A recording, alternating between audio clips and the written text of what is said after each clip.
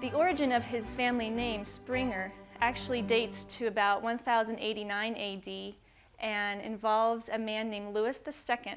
He was a military officer for the German Emperor Henry IV.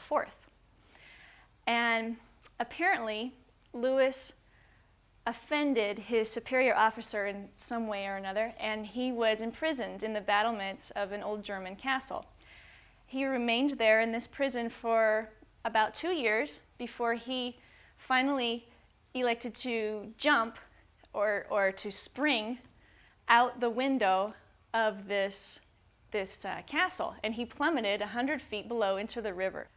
Louis was recaptured and brought before the emperor, and instead of punishing him for trying to escape, he actually pardoned Louis for having the courage to complete this daring feat that he had just done.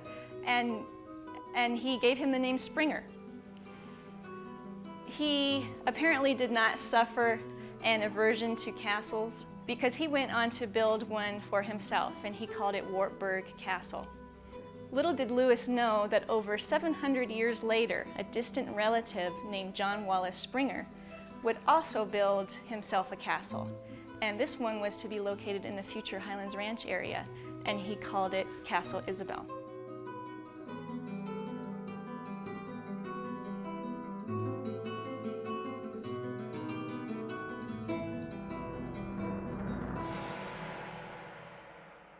Before coming to the Denver area, John Wallace Springer had actually made quite a name for himself as a lawyer in Illinois. Apparently, he had an amazing gift for public speaking. It was said that he had the ability to hold the audience in the palm of his hand. He was a powerful debater and just a very eloquent man. In 1891, he moved to Dallas, Texas, where he became involved in the banking industry. And this was where he met a man named Colonel William Hughes. John Springer married Eliza Clifton Hughes. Her father, Colonel William Hughes, had by that point developed quite a bit of trust and respect for John Springer, and he displayed this by giving him the position of secretary of his company, Continental Land and Cattle Company. In 1897, Eliza and John Springer moved to Denver. They very, very quickly paved a prominent position for themselves in local affairs. He even ran what turned out to be an unsuccessful campaign for mayor in 1904.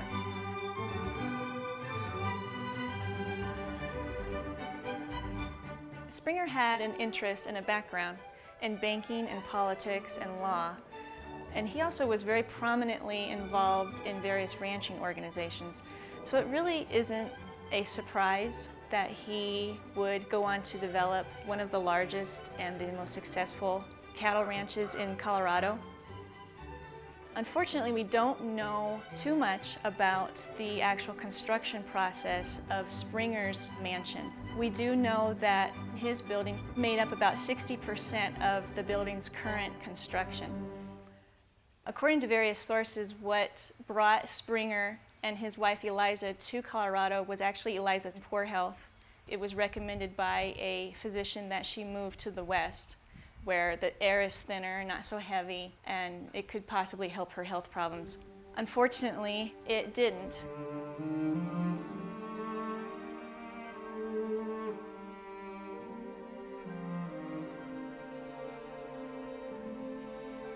John Springer was absolutely crushed by the death of his wife. He didn't disappear altogether, but he was a lot less active. I believe that he needed some solace to concentrate on the fact that he was now a single parent to their daughter, Annie Clifton Springer. He needed time. It was during this state of mind and during a business trip to St. Louis that Springer met a woman named Isabel Patterson, and he was captivated by this woman, and the two married in 1909. Isabel has been described as being a very, very beautiful woman with amazing charm and spirit, and she just swept Springer right off his feet. The problem was that Isabel had recently been divorced, and this was not something that was highly regarded.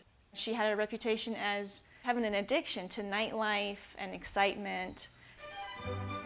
Despite all of this, Springer was very enamored by his wife, and he brought her back to Denver, and he tried desperately to earn her a position in Denver's social circles.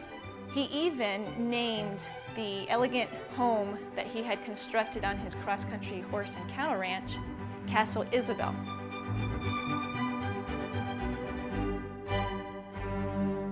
Isabel's addiction to nightlife and to excitement induced her husband to rent her a suite at Denver's Brown Palace Hotel. And this was a place that Isabel could use at her leisure. If she had a late night at the theater and needed to stay overnight, or if she wanted to entertain her friends, this was a place that Isabel could use.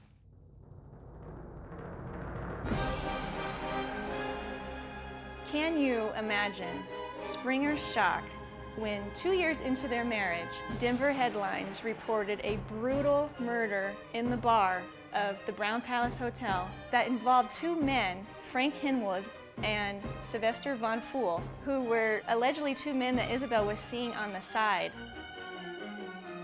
The murder apparently resulted from a disagreement between Hinwood and Von Fool as to who was the true holder of Isabel's heart. When Frank Hinwood attempted to empty his gun into the body of Von Fool, two innocent bystanders were also struck. Their names were Copeland and Atchison. Both were taken to the hospital. Copeland died shortly thereafter. This murder and the trial that followed, in which all the details of Isabel's affairs with these two men came out into the public, remains to this day one of the most scandalous events in Denver's history. Springer was just crushed by the betrayal of his wife Isabel. He was very much in love with her. It was just a devastating event for Springer, and he tried so hard for local respect and local prominence. He divorced her 5 days after the murder.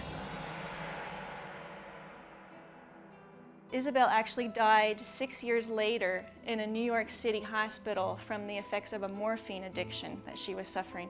So it was just a very sad ending to the story for Isabel and for Springer.